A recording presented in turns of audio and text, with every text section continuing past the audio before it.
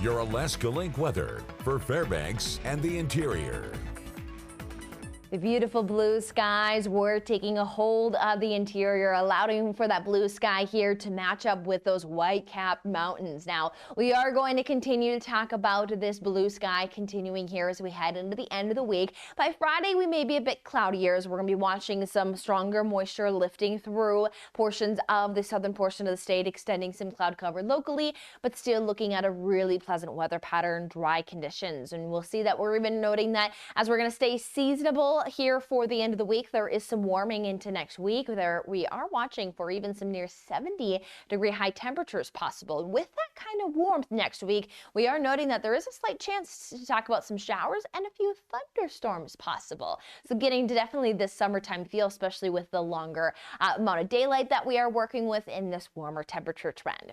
Now for here our Thursday, we are noting a morning low 35 and an afternoon of 61. So close to those average, if anything, even technically a few degrees cooler than normal, so we say seasonably cool in this sense, but overall very pleasant when we get to match it up with some of these gorgeous blue sky conditions.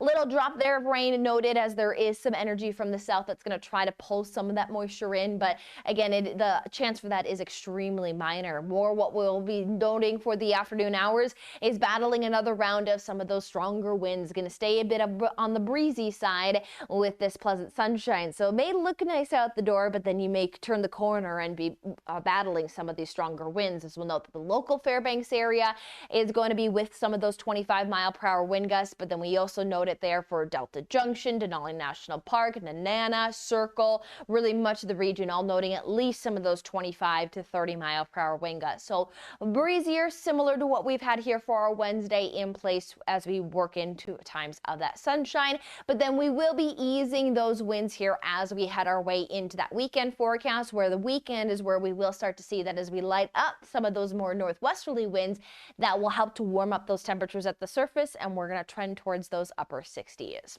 18 hours and 45 minutes of daylight here for Thursday. 4:24 is that sunrise, and then 11:09 is our sunset.